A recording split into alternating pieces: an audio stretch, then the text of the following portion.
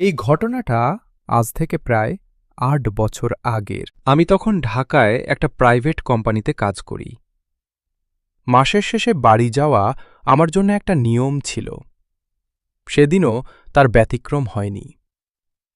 রাত ১১:৪৫-এর শেষ ট্রেন ঢাকা থেকে উত্তরবঙ্গের দিকে। স্টেশনে লোক কম, অদ্ভুত রকমের নীরবতা। ট্রেনে উঠে দেখি আমার কামরায় মাত্র ৩ জন যাত্রী। একজন মাঝ বয়সী লোক মাথা নিচু করে বসে আছে। একজন বৃদ্ধ বারবার জানালার দিকে তাকাচ্ছেন। আর আমি ট্রেন ছাড়ার কিছুক্ষণ পরেই বুঝলাম এই কামরায় একটা অস্বস্তিকর ঠান্ডা ভাব আছে। জানালা বন্ধ, তবুও যেন হিমেল বাতাস গা ছুঁয়ে যাচ্ছে। রাত প্রায় ১টা। হঠাৎ ট্রেন একটা ছোট স্টেশনে থামল। নাম ফলকে লেখা বড় দিঘি। আমি জানতাম এই স্টেশন বহু বছর ধরে পরিত্যক্ত। ঠিক তখনই কেউ একজন উঠল। একটা মেয়ে, সাদা শাড়ি, ভেজা চুল, চোখ দুটো অস্বাভাবিকভাবে স্থির। সে আমার সামনের সিটে বসল। আমি মুখ ফিরিয়ে নিলাম। কিন্তু অদ্ভুত ব্যাপার হল, তার পা মাটিতে ছুঁয়ে নেই। হৃৎপিণ্ড ধক করে উঠল।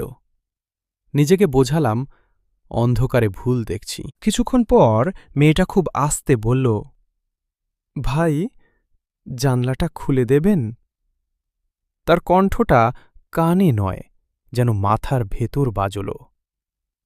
আমি সাহস করে জানলার দিকে তাকালাম, আর তখনই দেখলাম জানলার কাছে আমার প্রতিফলন নেই, কিন্তু তার প্রতিফলন স্পষ্ট।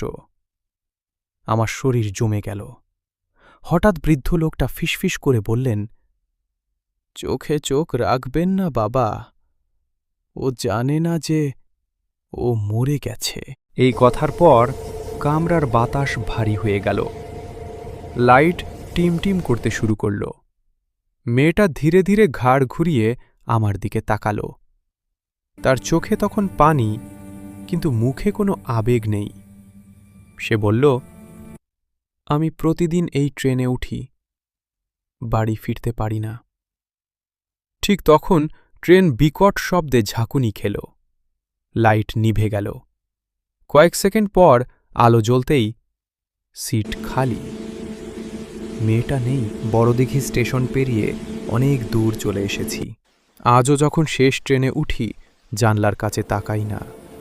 কারণ কিছু গল্প শুধু শোনা ভালো, দেখা নয়।